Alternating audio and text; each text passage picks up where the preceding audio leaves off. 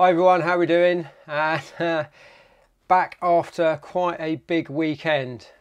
Today I'm going to talk about the Arc of Attrition, just do a recap of the race, which happened last week. I've had a full week of recovery now, starting to feel good. My feet are starting to dry up and they've been pretty trash. My legs are feeling good, so yeah, I always like to take 2 weeks off, just do no running, just enjoy the downtime. So anyway, going to get straight into it. Going to talk about the strategy and then going to talk about what happened. I've got my notes in front of me. There's quite a lot to cover.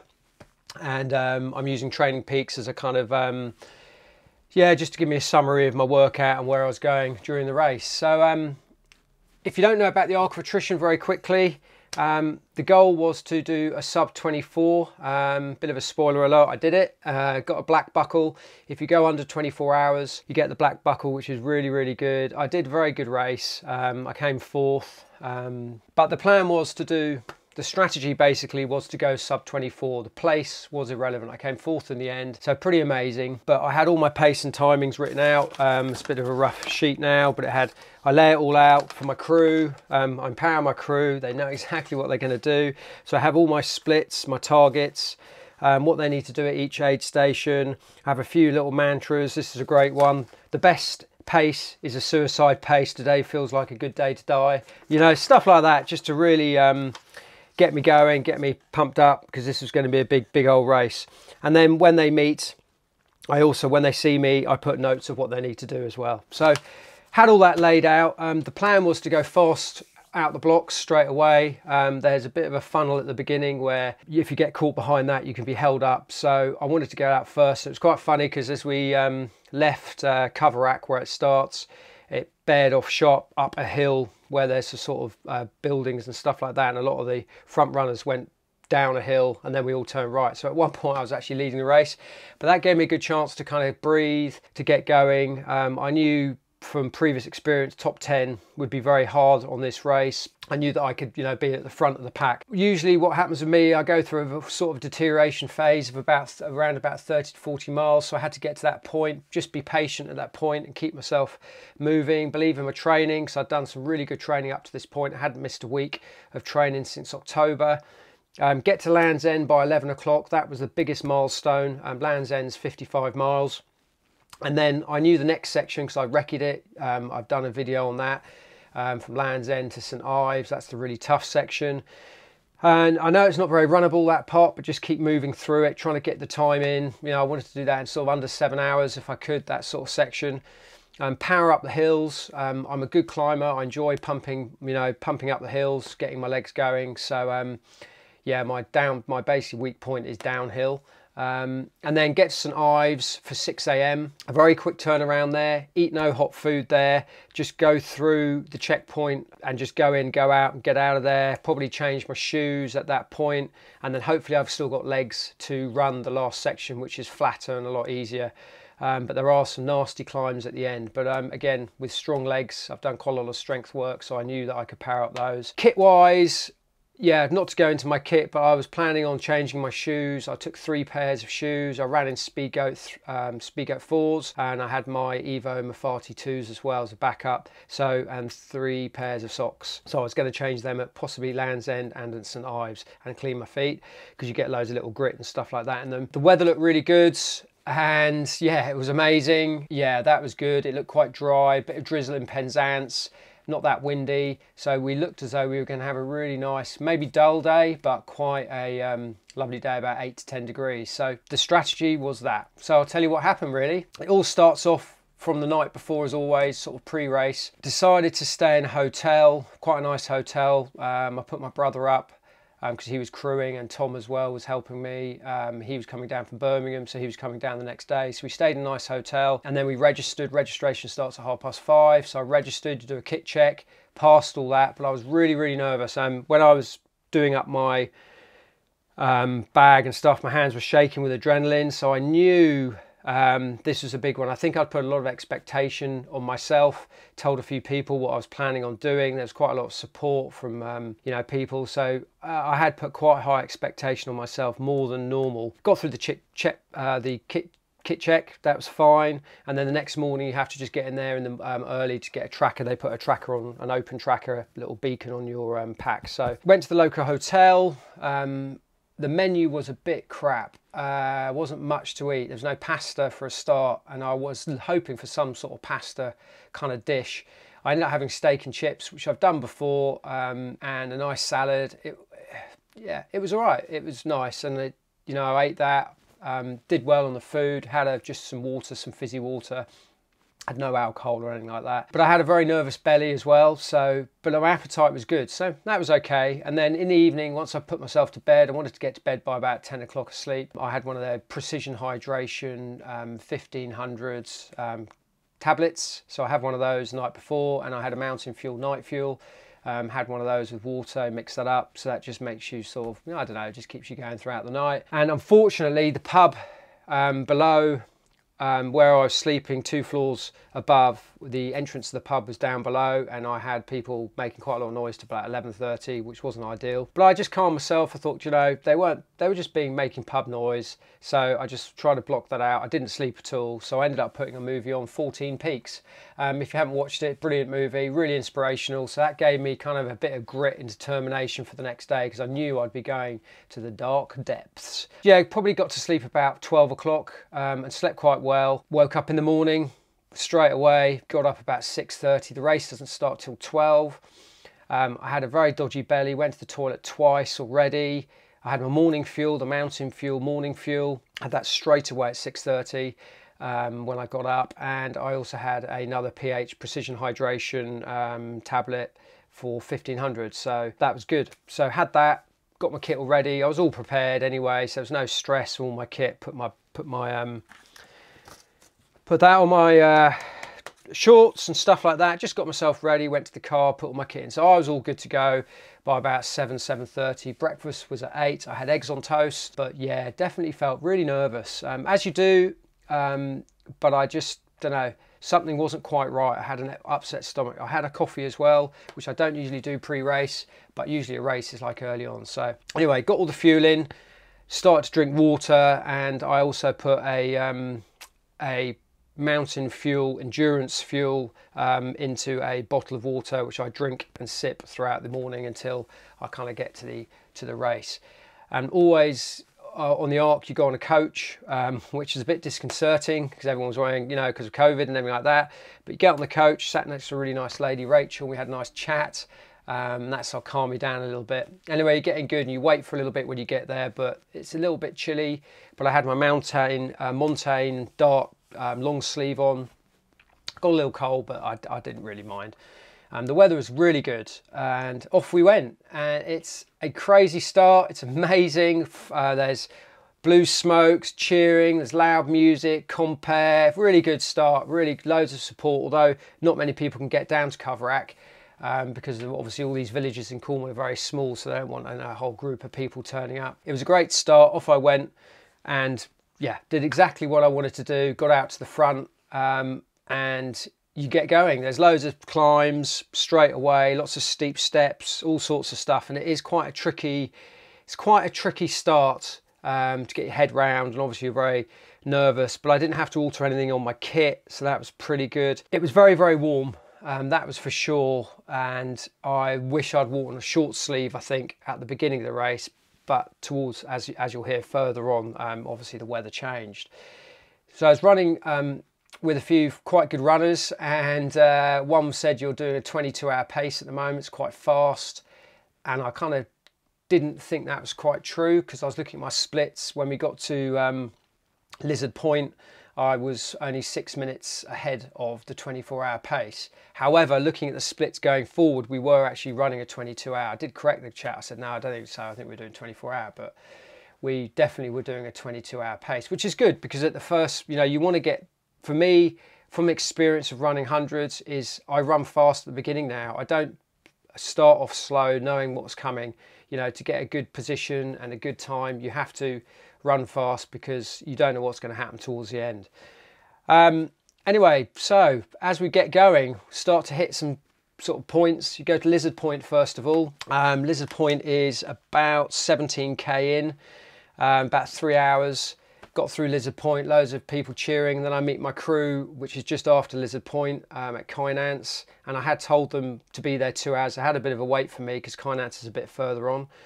But I was running well, feeling good, but my stomach turned. Yeah, I got there and then got through to, there's the next stop is called Mullion Cove, and just before that, about 3 hours in, yeah, my stomach just wasn't happy at all. I had really bad GI stress, which is really disconcerting for me, and I thought, oh no, what is going on here? Anyway, dealt with that, got through to the first checkpoint, which is Port Leven. My target was to get there for sort of just 4:30, and I was there at about 20 past, so I was 11 minutes up on that.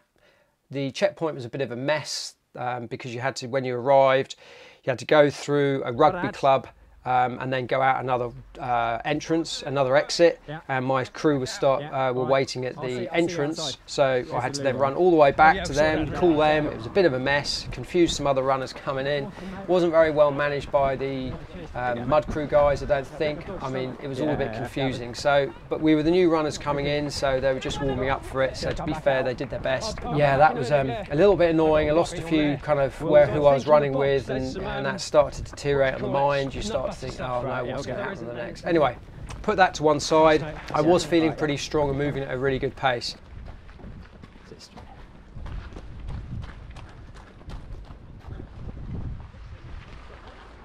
So the next stop was Praa Sands, beautiful place. That's about 29 miles in. And when I got there, I arrived in the daylight. Last time I did the race, it was dark. My brother said at that point, last time I was feeling really rough and in a bit of a state, and I was in a good spot. If you need anything, just text me like you did before. Yeah. It's a fucking nightmare. It's too small, but there's so much gear you have to have. Yeah. You're worried about ripping the bag. So we're going to see you again soon, I think. Where's the next one? Yes, the next one is Mousehole. Is it? Yeah, which is in 7 miles. So we will see you in there about an hour and 10 minutes. We're going to give you what, the scoops and the gel and stuff. Put the mountain. Can you put some of that mountain fuel in instead? Yeah. So yeah, one of the gel sachets. Yeah. Do you want us to bring you a beer? Beer from there? Nah. I reckon I could get one in. I'll have fucking beers tomorrow night, mate. Did Tom tell you that's water only if you just wanted some water only? I might have a bit of water now, yeah. And you said you were chafing, so I don't know if you want any of that nut butter or not. I've sorted it. You sorted it, good. You didn't want a chip. I had a chip. You choked on the chip. Yeah. I'll give you that. I don't need that. Banana? No, I'll have a banana in a minute. Right. See, these boys have gone the right way. Right. Everyone's been cutting that bit out. Yeah. Little cheats. It's true though. That's the coast path there. You want to film this? So just for the record, there's the coast path, and everyone's coming through the road. Well, not all of us, but turned off. No, it's on there. No, it's on. Yeah. Right, I've got my light. Go on, Ads. That works. See you in an hour and 10, mate. See you in a bit. You're looking good, by the way. Yeah, just so you know, you were absolutely this time last time. Oh, yeah. Yeah. And it was dark.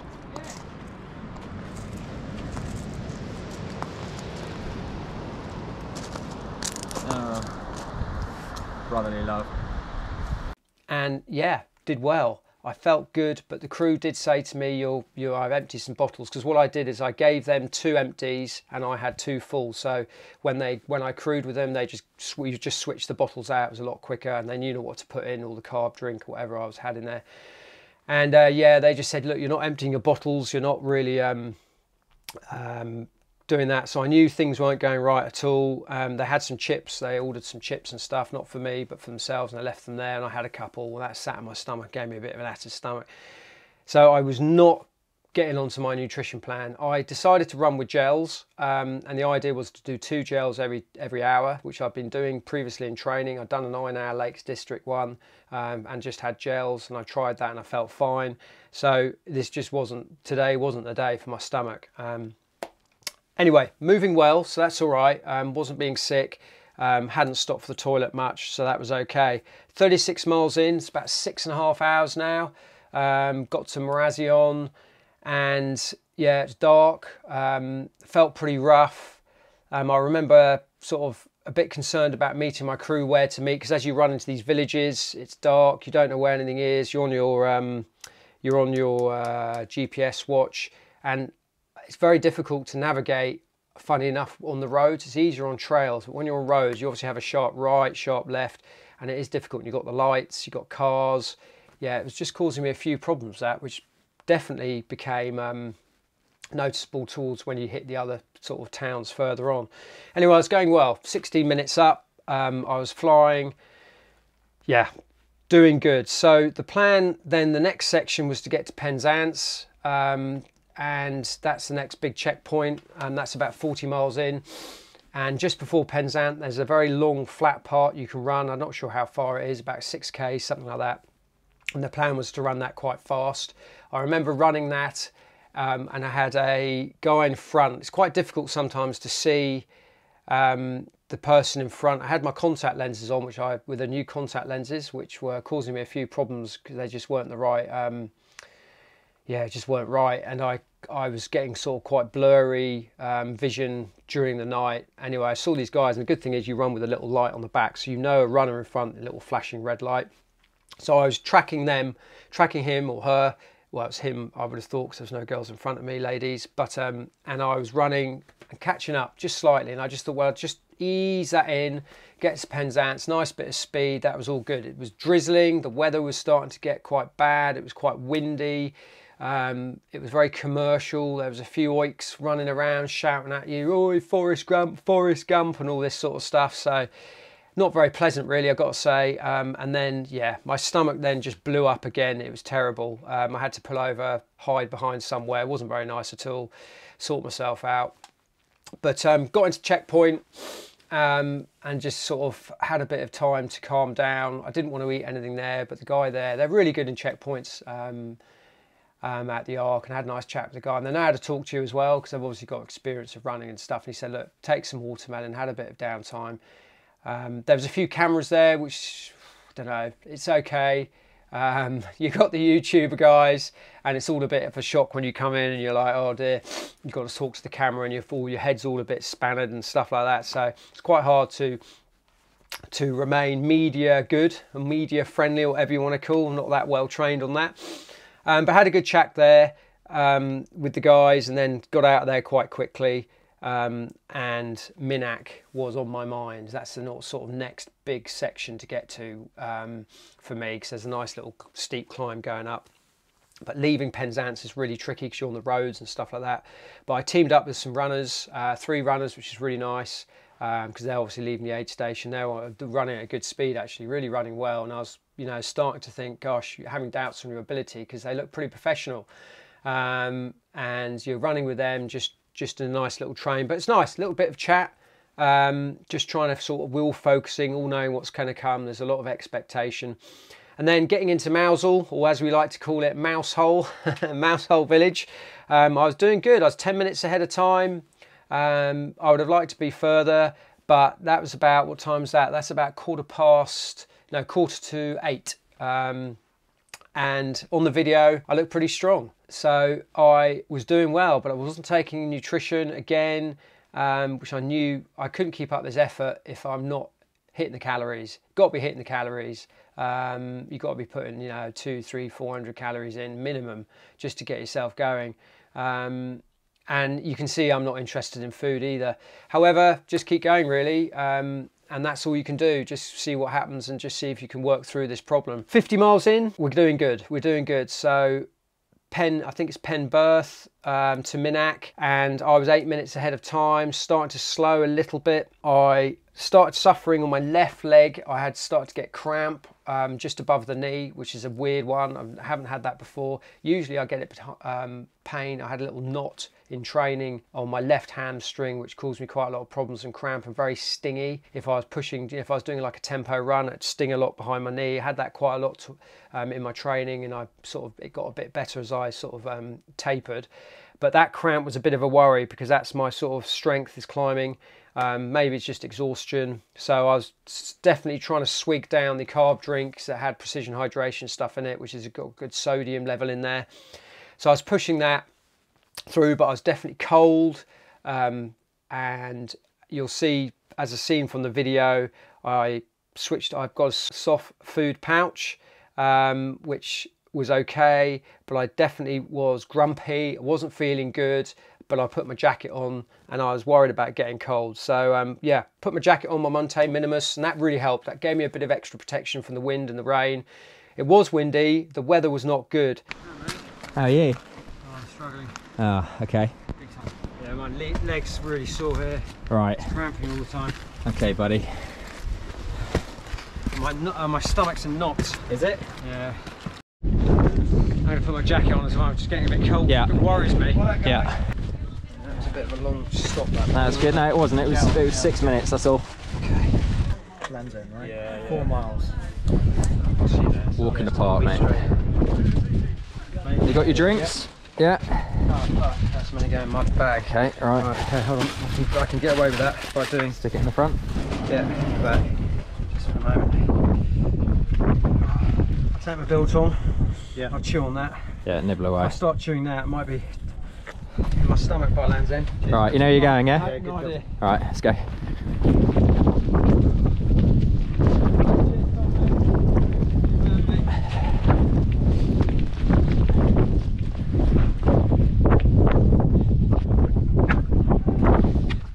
There you go. Kissing gate. Love it. I'm glad I put that jacket on. Yeah, nice one. Right. Cheers, bud. Love you, Take mate. care. Yeah, see you in a bit.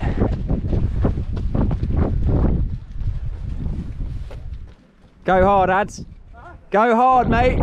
Looking at my pace definitely dropped massively from Lamorna to St Ives. It will do because of the terrain. It's a lot more difficult, and that is renowned to slow you down. But then I'm haven't got to Land's End yet. From Minack, you've not got far, and it's only about 3 or 4 or 5 miles, something like that. So the aim is to get to Land's End. And when I got to Land's End, I just remember it was really windy, it was drizzling, getting wet on the side because obviously the wind's all coming from the west, real west in it, you know, westerly wind. And there was a helicopter which took off. And I remember thinking, God, Jesus, I'm running on this, and then you've got a helicopter pitch back leaving. And it's quite funny because my brother said the same thing. It must be crazy guys doing that. But Land's End was like the end of the world. It really was Land's End. It is an amazing place, even in the dark and in the daylight.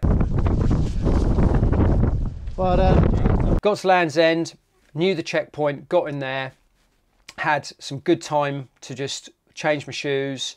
They were brilliant. I had some veggie chili. Wish I'd eaten all the veggie chili, but I was nervous because last time when I did my race, I ate some hot food there and it all came up quite quickly afterwards. So I was nervous, and that's something I really need to work on, this decision on what I'm going to eat. Hit some solid food. And I know that one of the runners previously, one of the top runners, he ate at McDonald's, would you believe, just to get the calories in. So I don't know if that's a good thing or not, but and how much McDonald's he ate, but it just shows people are hitting solid food. Some people are fat adapted, won't go into that and they don't need it. Some people do. So don't know, depends what diet you're going to go for. But I was trying to break that nausea. I was feeling very, very sick, trying to really mix it up now. Just something, whatever I've been doing in the past race, I'm not doing, and I need to mix that up. Should have got my gloves out, or got them on my naked belt. I wear a waist belt, so I should have put my gloves in there, and I also maybe should have put my leggings on because I suffered over the next section.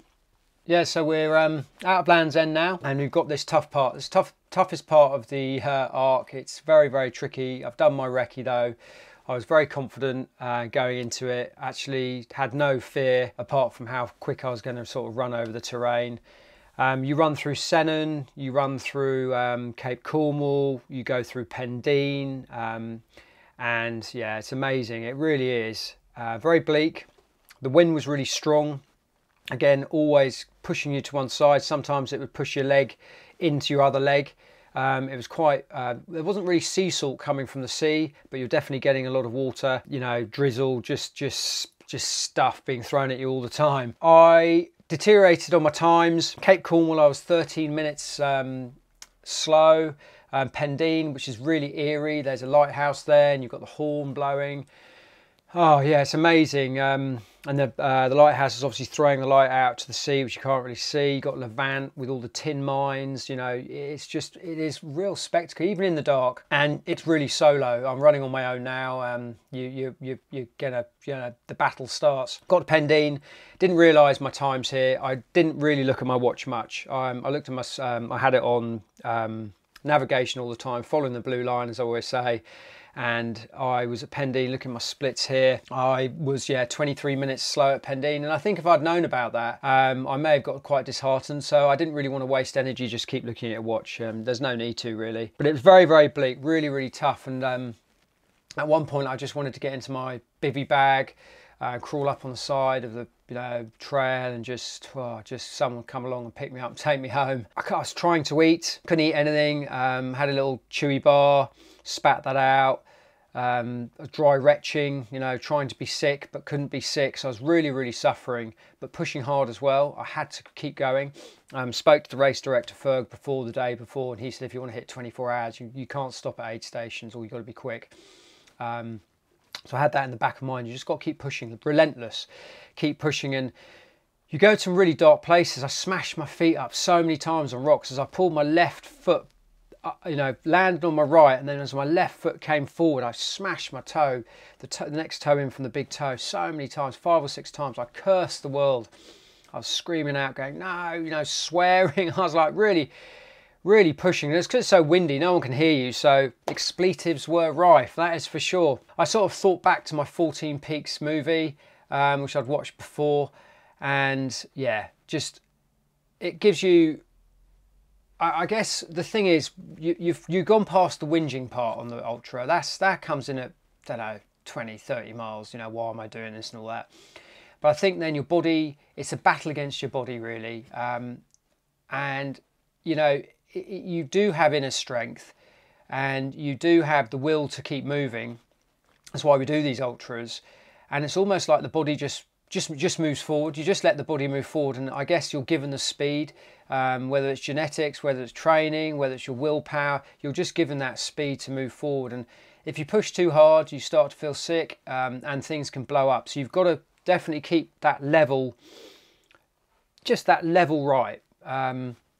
Yeah, at one point I saw a bit of a hallucination. It's quite weird. You have a lot of rocks. I nearly fell off the cliff at one point, and I had to slipped on this big rock and nearly fell that way off, and then fell forward and put my hand on gorse bushes and cut my hand, all that sort of stuff. But you just relent, you're just stubborn, you're just pig-headed, just keep going.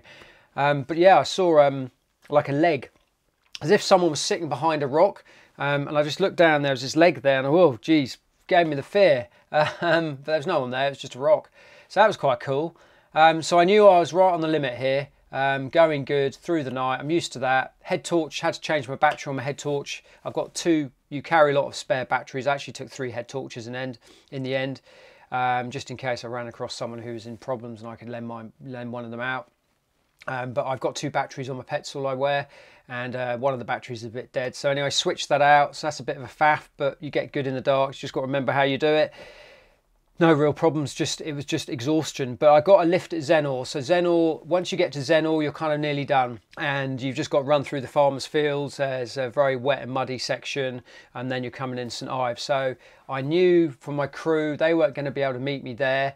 There was a cool guy, Ben. Thanks, Ben. Shout out to Ben. He was helping out with the crewing. He was obviously crewing someone else, but he was kind of chatting to my brother and stuff, and Tom, and he met me at Zenor, obviously waiting for other stuff, and he just gave me this really good big boost where he just said, look mate, you're 4th. And I was like, wow. In my head I was like, wow. I knew 24 hours was probably going to be out of the question now, and I just thought, yeah, that's amazing. So again, pushed on from there. It's amazing how your body can just a little thing like that and off you go. So you've got to remember when you're doing these hundreds, things do change. Got to get your training in, got to get the base in, but things do change. So never ever give up. Never ever give up. Anyway, off we go. Got St Ives, and that's a big milestone. We were 36 minutes slow, so wasn't looking good. But you've only got 22 miles left to do, so you're still 22 miles. That's just nearly a fifth of the race, so you still got quite a bit to do. But the crew were amazing. They're ready for me. The van was open. They're all set out. I did a shoe change, put on my Evo Mafate 2s, which were brand new. They're a bit stiff when I put them on, a bit hard compared to my Speedgoats, but hey, that was all right. And we just got all my gear, switched out everything. I knew people were behind me, so I had to keep moving. And the crew just said, look, go and get some hot food. try and break this nausea, because I know I've got to run the next section in. So got into the aid station. There's no one there apart from yourself. There's paramedics, there's physios, there's people helping. Amazing. It is amazing. And I was chatting to the lady. The paramedic came over and said, look, you probably need to eat some food, so have some watermelon. So I scoffed some watermelon down. She said, get some hot food. So they cooked me some rice. Well, it was already cooked. Otherwise I'd have been there a long time. And a veggie chili again. Didn't want to eat any meat. Veggie chili with rice, and she just sat with me and she made sure I ate it all. She said it will do you good, and it did. It was a good turning point. I don't think I felt any better leaving, but definitely helps. So thanks to that paramedic, she was amazing. Oh yeah, and the other thing was as well, my when I had that, I put them on my shorts, and I lost one of the safety pins. So when I ran, my hand was hitting it all the time on the race. It was really annoying me. I almost had to change my gait slightly, and I don't know why I didn't get it sorted out, but my crew sorted that out. They had a safety pin and they pinned it on, and that was a tiny little thing, new lease of life on that. So I was pleased about that. That was another good little bonus. Anyway, I have this mantra: is bring on the war. I follow this pro runner called Geordie, and he's an amazing runner, and he puts that in his Instagram posts. I've taken it off him, and it's just bring on the war, and it's a war against yourself. It's a war against yourself now. It's there's no other elements, nothing else can interfere really. It's up to you, your decision what you want to do. I knew it was flatter. I knew I had some nasty climbs at the end, but they weren't mountains, so it's all positive thoughts. You know, they're yes, nasty climbs, but no, they're short ones. So again, it's not like you're in the Alps and you've got to climb Le Brevant at the end of a UTMB and stuff like that. Off I went, picked up the pace. I was doing walk-run strategy, but running as much as I could. If I start feeling too sick, I'd slow down a little bit and then walk. But when I walked with a vengeance, you know, really keep going. Ran past Damon Hall. That was pretty cool. He was crewing for Nicky Spinks, and he said, well done, mate, you're moving well. So that was a nice little bonus. Wish I got a selfie with him, but I was in my mindset was just go, go, go, go, go. Went through the dunes of Doom, which aren't that doomy. They were quite nice actually. Used to running on sand, as you know. Got a little bit lost there. Went off to the right a bit, but asked a walker, and she said no, the southwest path is there. They have these kind of big stones stuck in the grass, stuck in the sand, and you can follow them for the southwest coast path, and the GPX was pretty good on that, but there's just a few little bits which are a bit tricky. And the dream is, when I do these races, is to have that moment where you get to 80 miles, you know, 70, 80, 90 miles, and you still have legs, you still can run it in. And I've done it on the North Downs 100 when I first did that, and I got my legs back, which is just fantastic. So happy with all that training, the solid, consistent training. Got to Godrevy, which is a beautiful place, Seal Sanctuary there. Had a bowl of muesli and milk. Crew gave me that as an idea. Worked perfectly. Ate the whole thing. I knew things were going good. If I scoff that down, you're positive. It's just a massive turning point in my race. And what's really interesting is I was still 30 minutes slow. I should have been there at 8:48, and I was at 9:18. And I think Godrevy, there is another, how many more miles to go? 144k, so the whole race was about 161k or something like that. So you've still got a little half marathon to do, but yeah, 30 minutes to catch up. But the good news is, on a 24-hour pace, on a 100 mile, it's quite a slow pace. So yeah, the time tapered massively. If you looked at my splits going through Sennen, Cape Cornwall, Pendeen, you know, I was 13 minutes slow, 23 minutes slow, Zenil 30 minutes slow, Godrevy 30 minutes slow, so I'm 30 minutes behind time. Got to Portreath. Do you want anything? No? Get a crack on? Yep. Massive swing there. I remember running, just thinking, God, I need another headland.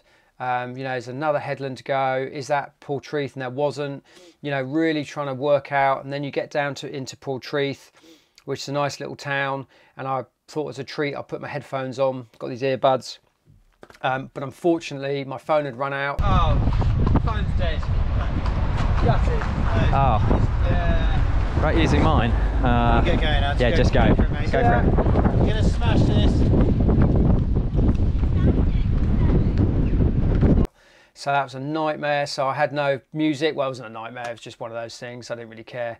But yeah, what happened was I was running down this road, quite narrow road, coming to Portreath, and a van pulls up and stops, looks at me, There's no room for both of us, and he just drives straight up at me and hits me with his wing mirror. Not hard, but I moved out of the way and boom, like that, and he didn't stop, didn't say thank you. I mean, crazy people, crazy people. The amount of traffic down in Cornwall, you would not believe, and that was in the winter. God knows what it's like in the summer. It must be pretty dire.